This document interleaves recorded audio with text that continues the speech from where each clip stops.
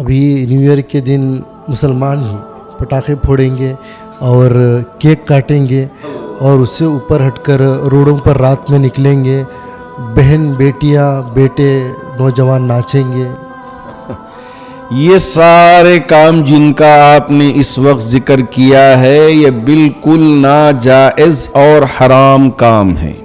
یہ راتوں میں نکل کر ہماری بچیاں نیم برہنہ ہو کر جہاں میوزک بجائی جاتی ہے، جہاں لڑکے اور لڑکیاں مل کر شراب پیتے ہیں، ناچ گانا ہوتا ہے، یہ بالکل اسلام میں حرام ہے۔ میں نوجوان دوستوں سے گزارش کرنا چاہوں گا، کل یہ نہ کہنا کہ ہم کو پتہ نہیں تھا۔ اگر کوئی مجھے یہ بات پہنچا دیتا تو شاید میں رک جاتا۔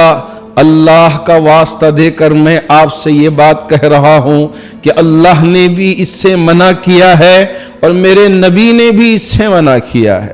اللہ کا واسطہ دے کے آپ سے کہتا ہوں کہ آپ کی رات اس طرح نہ کاٹیں۔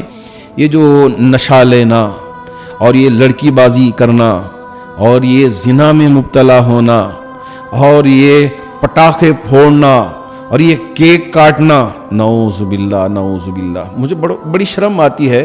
ایک دفعہ میں فیروز ٹاؤن کے وہ جو پیچھے کا علاقہ ہے، وہ برج سے جو نیا برج بنا ہوا ہے وہاں پیچھے سے آ رہا تھا تو دیکھا کہ کچھ بچیاں برقع پوش اور کچھ لڑکے گاڑیاں کھڑا کے کھڑے تھے، تو ہمارے مولانا صاحب نے تھوڑا سا آہستہ اپنی سواری کر لی، تو میں نے تھوڑا سا یوں نظر گھمایا تو دیکھتا کیا ہوں کہ ہماری جوان بچیاں رات کے وقت میں، جبکہ 1 یا 1.5 گھنٹہ بج رہا تھا، اس وقت سگریٹ پیتی ہوئی کھڑی ہوئی ہیں اور کچھ لڑکے بھی ان کے ساتھ۔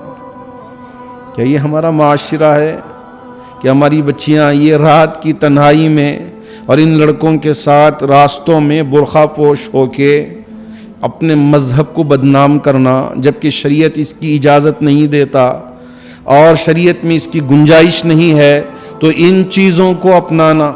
اللہ اللہ اللہ اللہ کا واسطہ دے کے کہتا ہوں، آپ اپنے آپ کو بھی ذلیل کر رہے ہو اور ہمیں بھی ذلیل کر رہے ہو اور مسلمانوں کو بھی ذلیل کر رہے ہو۔ اللہ کا واسطہ دے کے آپ سے بہت ہی ہاتھ جوڑ کے گزارش کرتا ہوں کہ ان کاموں سے آپ رک جائیں۔